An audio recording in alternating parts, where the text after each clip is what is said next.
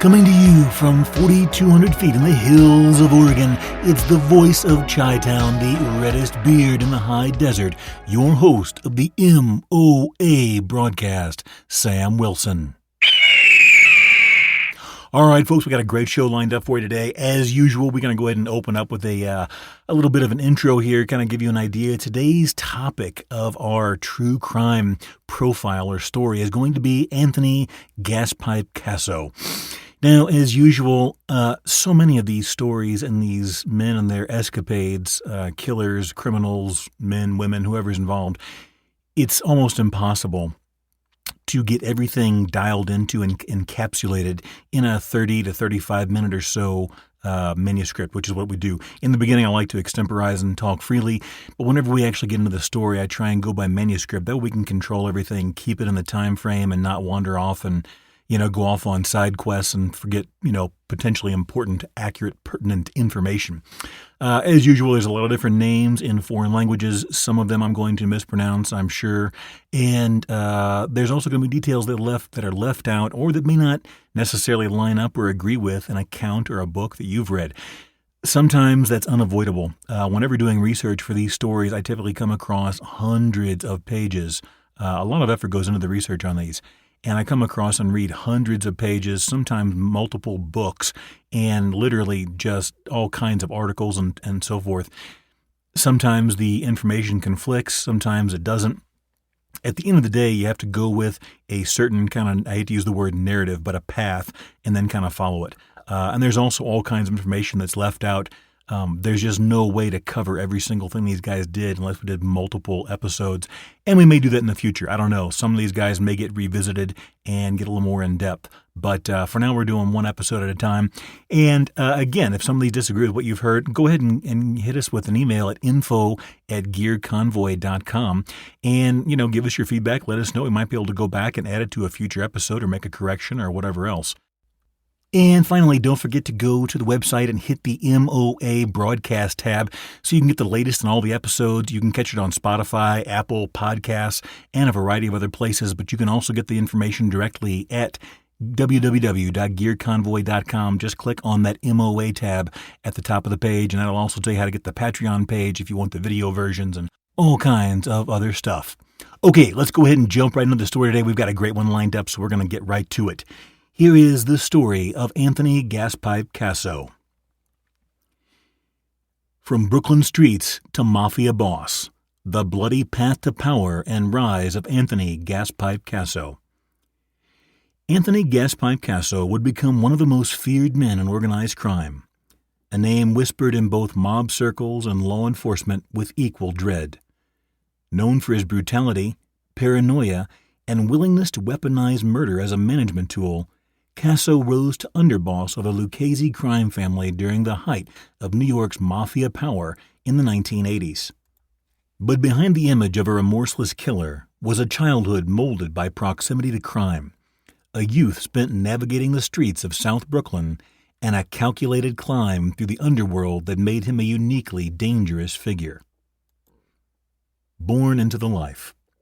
Anthony Salvatore Casso was born on May 21, 1942, in South Brooklyn, New York, a working-class neighborhood deeply entwined with the Italian-American mob.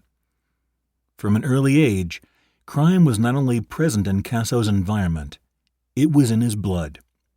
His father, Mike Casso, was a soldier in the Genovese crime family and worked on the Brooklyn waterfront, an area long dominated by organized crime. He was well respected and kept a low profile, but young Anthony grew up surrounded by men whose money, status, and power came from the shadows. Unlike some mobsters who stumbled into the life, Casso was born into it. He grew up idolizing gangsters who were treated like royalty in his neighborhood. They had flashy cars, money, respect, and above all, fear. Though his parents sent him to Catholic school and tried to offer a traditional upbringing, Casso's ambitions were already shaped by the streets.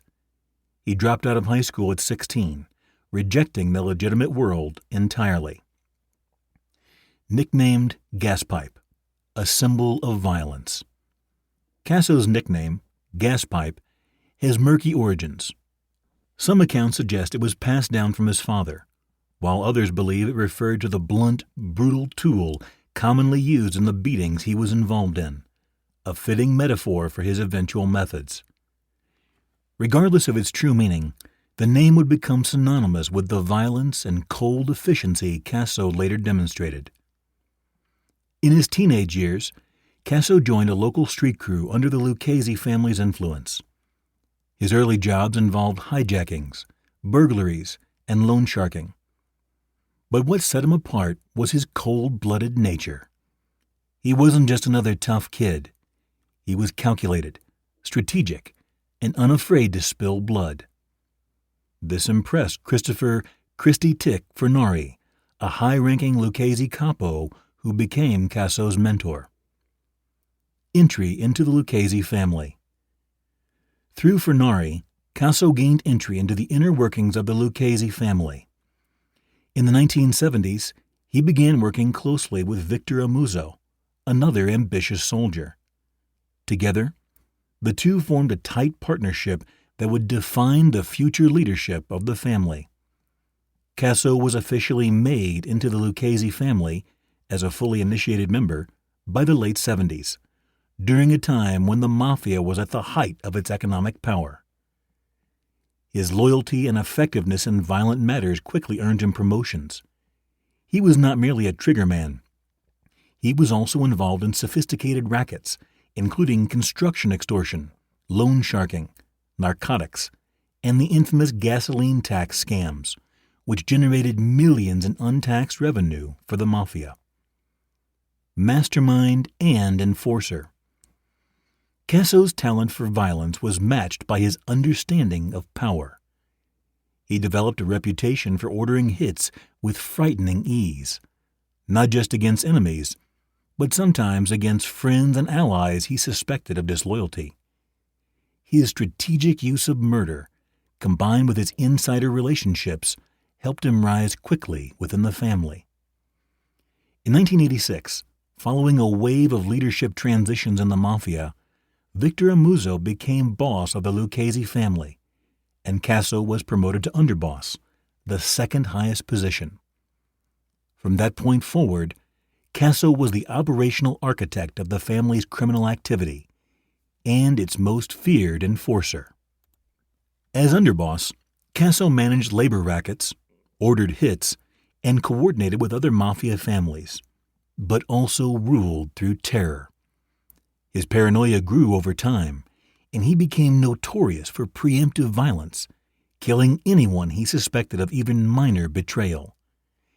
He even enlisted NYPD detectives Luis Eppolito and Stephen Caracappa, later dubbed the Mafia Cops, to carry out hits and leak law enforcement information, solidifying his grip on power through a mix of corruption and coercion. A bloody path of murder to fuel his rise in the mob. Casso used murder not just as a tool, but as a central instrument of power. While he once claimed involvement in at least 36 murders, law enforcement officials have long suspected the true number may be much higher. His methods were brutal, his motivations often paranoid, and his reach extended all the way into the New York Police Department through a chilling alliance with two corrupt officers. The formative murders, establishing power. Casso's early murders were acts of loyalty and assertion, carried out during his rise through the Lucchese family. One of the first killings attributed to him was his alleged involvement in the 1983 assassination of Roy DeMeo, a prolific Gambino hitman whose own crew had become too volatile and visible. Ordered by Gambino boss Paul Castellano, the job was outsourced to Lucchese hitmen, possibly including Casso. The murder was both a favor and a warning. Evidence that Casso could be trusted with high-level mob executions. But Casso's most significant early use of murder came during the Mafia's internal chaos following John Gotti's unsanctioned 1985 hit on Castellano. In retaliation, the Lucchese and Genovese families orchestrated the 1986 car bombing of Gambino underboss Frank DeCicco, who had helped Gotti seize power. Casso played a central role in planning the attack with Sicilian mafia contacts. Though the bomb missed Gotti, it killed DeCicco, sending a lethal message about the consequences of violating mob protocol. Perhaps the most disturbing aspect of Casso's killing career was his use of NYPD detectives Luis Ippolito and Stephen Caracappa to murder for him. Dubbed the Mafia Cops, these detectives leaked confidential law enforcement intelligence and even carried out hits themselves, all while in uniform. Here are a couple of the known murders they were involved in. We will cover them more in depth later on. In 1986, Casso survived an assassination attempt. Believing the attempt was orchestrated by a Gambino associate named James Heidel, Casso ordered Ippolito and Caracappa to find and eliminate him. The pair abducted Heidel and delivered him, alive, to Casso, who tortured him for hours before killing him. This marked the beginning of a long partnership. Casso paid the detectives thousands each month and used them as an extension of his violent will. Another murder carried out by the Mafia Cops was that of Eddie Lino, a Gambino capo suspected of being involved in the Casso hit. In 1990, the detectives pulled Lino over in a fake traffic stop and executed him on the Belt Parkway, with a precision that only trained officers could provide. Keeping it in the family. Murders of Lucchese insiders. As Casso rose to underboss in the late 80s under Vic Amuso, his paranoia intensified. Suspecting betrayal or even mild disloyalty, he began purging his own ranks. One notorious example was Bruno Facciolo, a Lucchese soldier accused of cooperating with law enforcement. In 1990, Casso ordered him killed. Facciolo was stabbed and shot multiple times, and his body was dumped in a car trunk, with a canary stuffed in his mouth, symbolizing a rat.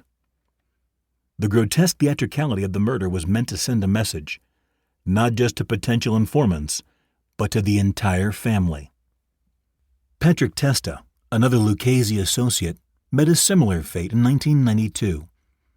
He was suspected of disloyal behavior and shot dead in his own Brooklyn auto body shop, allegedly under Casso's direct order. By this point, loyalty was not enough. Unquestioning allegiance and fear were required. The Reznikov execution. Foreign threats meet mob justice. Not all of Casso's victims were mobsters. In one of the more high-profile cross-cultural murders, Casso ordered the 1986 execution of Vladimir Reznikov, a Russian mobster who tried to extort Lucchese-linked businessman Marat Balagula. Reznikov, unfamiliar with Casso's violent reputation, threatened his life during a shakedown. Casso retaliated swiftly. Reznikov was gunned down outside his home, a clear warning to other criminal groups not to encroach on mafia territory. Mass murder as management. Unlike other mobsters who killed reluctantly or under strict hierarchical orders, Casso made murder a routine tactic. He didn't just eliminate threats. He sent a message with each killing, reinforcing a reign of terror within and beyond the Lucchese family. By the late 80s, he was orchestrating murders not only to handle disputes, but to manipulate power, build alliances, and eliminate even minor risks. Casso's own words during his brief cooperation with the government in the mid-90s reflect this deadly pragmatism. He reportedly told FBI agents that murder was just business. His boast that he was involved in 36 murders was not a confession of guilt, but a claim to legacy, a resume of fear. Anthony Gaspipe Casso and the Mafia Cops, corruption, murder, and the NYPD's darkest alliance. In the brutal world of organized crime, few partnerships shock the public more than the covert alliance between Anthony Gaspipe Casso, underboss of the Lucchese crime family, and two veteran NYPD detectives, Stephen Caracappa and Louis Eppolito. Known as the Mafia Cops, these men were sworn to uphold the law, but instead they weaponized their badges, selling police intelligence and even participating in contract killings for Casso. This alliance marked an unprecedented fusion of law enforcement and mafia violence, and helped Casso eliminate rivals, settle vendettas, and instill fear within the ranks of New York's criminal underworld. The making of a deadly pact. In the mid-'80s, Anthony Casso had solidified himself as one of the most dangerous and cunning figures in the mafia. Ruthlessly loyal to Lucchese boss Vic Amuso, Casso oversaw a reign of terror that left dozens dead. But after surviving a 1986 assassination attempt, when gunmen fired at him while he was parked outside a Brooklyn social club, Casso's paranoia surged. He was determined to find those responsible, and his desperation led him to an unexpected source, the New York Police Department. Through intermediaries, Casso was introduced to detectives Louis Eppolito and Stephen Caracappa, two decorated officers with deep ties to organized crime. Eppolito, notably, was the son and cousin of made men in the Gambino family. While Caracappa had worked in the NYPD's organized crime homicide unit, his proximity to mafia investigations only made him a more valuable asset. The pair agreed to provide confidential law enforcement information in exchange for regular cash payments, initially $4,000 a month, but later more when murders entered the arrangement. From intelligence to execution. At first, Casso used the detectives as a source of inside information. They leaked surveillance reports, wiretap updates, and arrest warrants, keeping the Lucchese hierarchy a step ahead of law enforcement. But the arrangement soon escalated into direct participation in murder. James Hidell. As mentioned earlier, in September 1986, Casso narrowly survived a mob hit outside his home in Brooklyn. Gunmen fired at him multiple times as he returned from a gym, wounding him in the back and neck. He barely escaped with his life. While recovering, Casso became obsessed with finding out who had ordered or carried out the attack.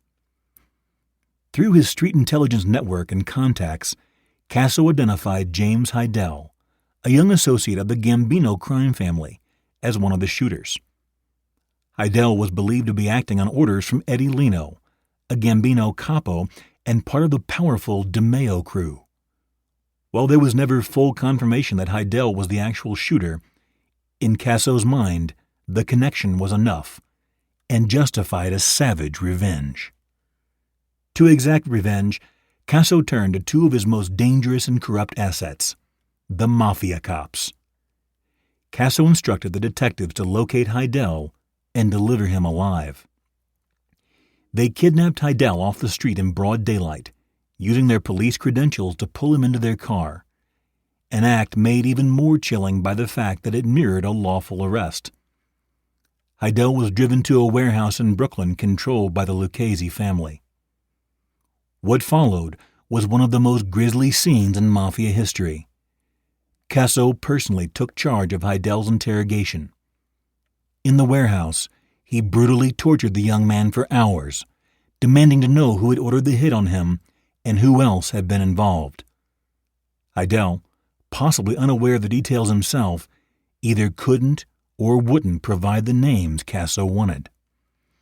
In the end, Casso shot Hidell multiple times, estimates range from 10 to 15 times, in the limbs to extract the names of his accomplices. Once satisfied he had the information he wanted, he coldly shot him in the head, killing him.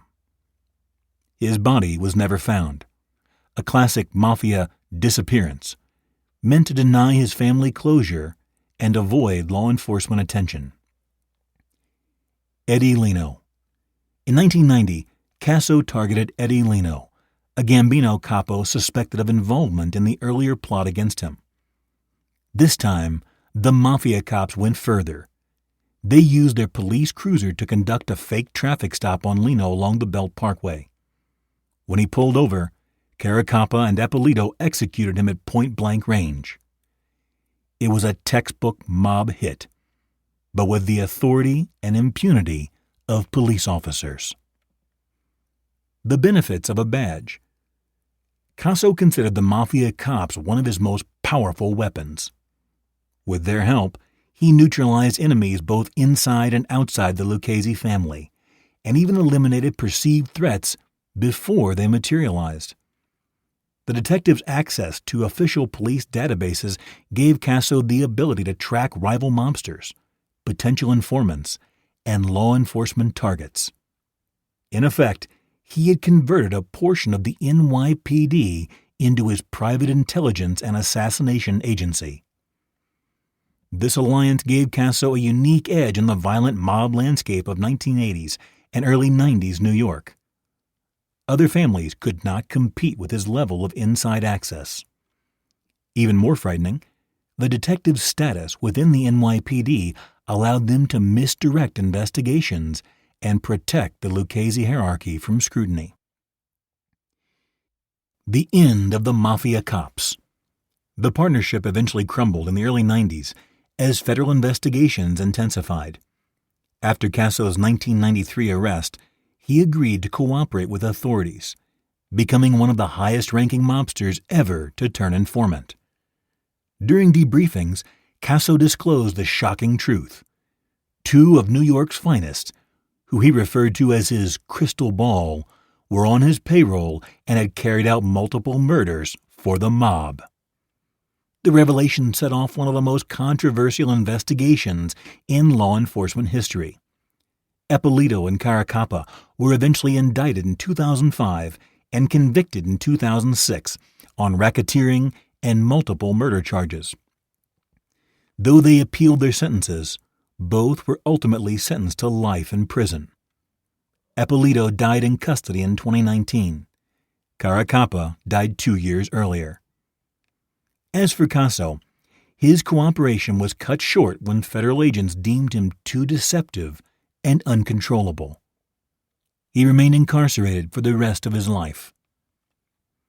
Legacy: a deep stain on law and order. The Casso Mafia Cops alliance shattered public confidence in the institutions meant to protect society. It revealed how deep corruption could run and how fragile the boundary was between organized crime and lawful authority. Anthony Casso's use of police detectives to commit murder represented a new level of mafia brazenness, one that even the most storied mob bosses of the past had not dared to attempt. More than just a footnote in mob history, the partnership between Casso, Ippolito, and Caracappa serves as a cautionary tale. When greed, power, and betrayal converge, even the protectors of the law can become its most dangerous violators. The rise of the Russians. By the 1980s, Casso's control over rackets, influence over police, and strategic use of murder had made him one of the most powerful figures in the American mafia. Yet, as the traditional five families faced increasing law enforcement pressure and internal conflict, new criminal elements began to rise. Among them, the Russian mob, a decentralized but aggressive force expanding throughout New York's underworld. While the Italian mafia and Russian gangsters often operated in parallel, Casso's brief but violent confrontation with Russian mobsters exposed the shifting dynamics of organized crime in late 20th century America. The Russian challenge to mafia territory. By the mid-1980s, Brighton Beach in Brooklyn had become known as Little Odessa, home to a growing population of Soviet immigrants. With them came a sophisticated and ruthless network of criminals. Former KGB agents, black market traders, and prison-hardened gangsters. These Russian mobsters were unfamiliar with, and largely indifferent to, the deeply entrenched rules and hierarchies of La Cosa Nostra. They were brash, heavily armed, and less inclined to follow the Mafia's codes of respect and territorial deference. It was in this climate that Casso's path crossed with a powerful Russian gangster named Vladimir Reznikov. The Reznikov Incident: Disrespect and Retribution. A new breed of criminal had emerged from the immigrant neighborhoods of Brooklyn, the Russian mob, led by savvy and ruthless operators like Marat Balagula and Vladimir Reznikov. Standing at the crossroads of this transition was Anthony Gaspipe Casso, the notoriously violent underboss of the Lucchese crime family, whose decisions would mark a bloody turning point in Mafia-Russian relations. At the forefront was Marat Balagula, a Ukrainian-born Jewish migrant who combined white-collar intelligence with underworld cunning. Balagula ran an international criminal empire centered on gasoline tax fraud, which involved selling untaxed gas through a maze of shell companies, a scheme that generated hundreds of millions of dollars, much of it laundered through banks and businesses. Balagula was no street thug. He was described as the Russian Rockefeller. But as his profits grew and his influence extended into traditional mafia rackets, he inevitably caught the attention of the five families, especially the Lucchese family. His success also attracted the attention of another Russian, Vladimir Reznikov. The feud began when Reznikov, in a brazen act of aggression, drove to Balagula's office building in the Midwood section of Brooklyn and opened fire with an AK-47. The attack resulted in the death of one of Balagula's close associates and left several office staff wounded. This act of violence marked a serious escalation in their rivalry and signaled Reznikov's willingness to go to extreme lengths to assert control. The situation intensified on June 12, 1986, when Reznikov confronted Balagula at the Rasputin nightclub in Brighton Beach. Armed with a 9mm Beretta, Reznikov held the gun to Balagula's head and demanded $600,000 in exchange for sparing his life. He further demanded a share of all of Balagula's operations. After Balagula promised to get the money, Reznikov threatened his family before departing. The stress of the encounter caused Balagula to suffer a massive heart attack. Believing he would be safer at home, he insisted on being treated there rather than at a hospital. Faced with a direct threat to his life and business, Balagula turned to Anthony Casso, a feared enforcer for the Lucchese crime family. Upon hearing the details of Reznikov's threats, Casso was incensed. He reportedly told Balagula that Reznikov had not just threatened him, but insulted the entire Cosa Nostra. In response, Casso devised a plan. He told Balagula to inform Reznikov that the money would be ready the next day at the same nightclub. Casso assured him, "We'll take care of the rest." Balagula, clearly shaken, expressed concern over Reznikov's violent nature. But Casso remained confident and requested a photograph and description of Reznikov's car to aid in the plan. Casso and his associate, Victor Amuzzo, secured approval from their superior, Lucchese underboss Christopher Fernari, to carry out the hit. On June 13, 1986, Reznikov returned to the nightclub, expecting to collect his money. When he realized Balagula wasn't there, he stormed down to the parking lot, where Joseph Testa, a veteran of the DeMeo crew, shot him 6 times in the arm, leg, and hip. As Reznikov attempted to draw his weapon, Testa delivered a fatal 7th shot to the head. Testa then fled in a car driven by Anthony Center, another DeMeo crew member. According to Casso, the hit ensured Balagula faced no further issues from other Russian gangsters. The murder of Reznikov sent a clear message. Threats against those under Mafia protection would not be tolerated. As Casso later remarked, after that, Marat didn't have any problems with other Russians. The swift and lethal resolution of the conflict underscored the brutal efficiency with which the Mafia maintained order, not just within its own ranks, but among other criminal enterprises operating within its sphere of influence. The murder remained unsolved until 1994, when Casso, after becoming an informant following his 1993 arrest, revealed details of the killing. He confirmed that Testa and Center, known as the Gemini twins, carried out the hit under his orders, with permission from Lucchese consigliere Christopher Fornari. Casso's cooperation exposed the Lucchese family's involvement, though Testa was never charged with Reznikov's murder and was already in federal prison for other crimes by the time of Casso's testimony. The Mafia and the Russians, a fragile balance. Casso's killing of Reznikov did not ignite a larger war with the Russian mob. In fact, it seemed to establish a kind of understanding. After the Reznikov incident, there were fewer overt conflicts between the Lucchese family and Russian gangsters, at least during Casso's tenure. Some Russian figures even began cooperating with traditional Mafia families in certain financial scams, such as gas tax fraud and credit card operations. But the relationship remained tense and transactional, never built on the old-world respect that governed intra-Mafia dealings. For the Italian-American mob, the rise of the Russians represented a new kind of threat, one that couldn't be resolved with sit-downs or appeals to tradition.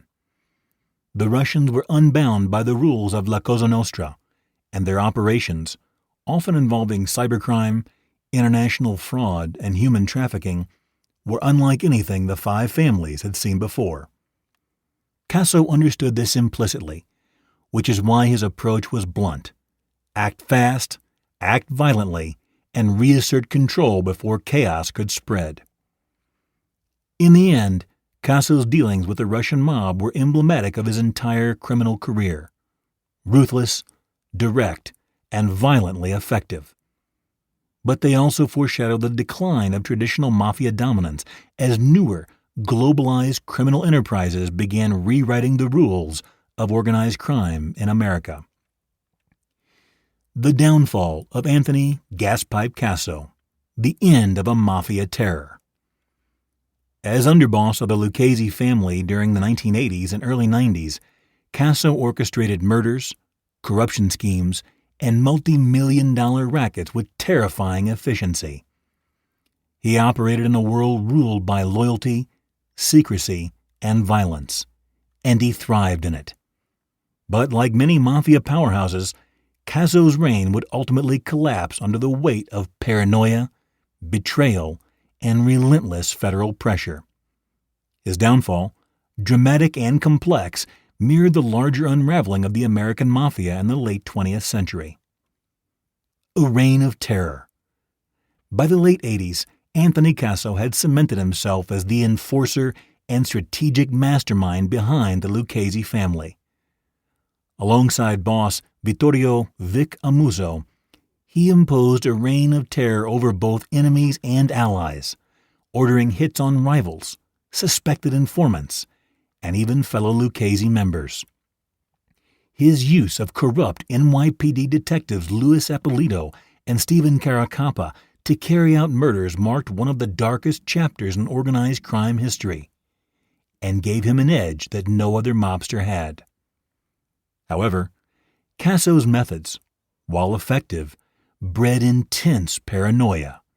He saw betrayal everywhere.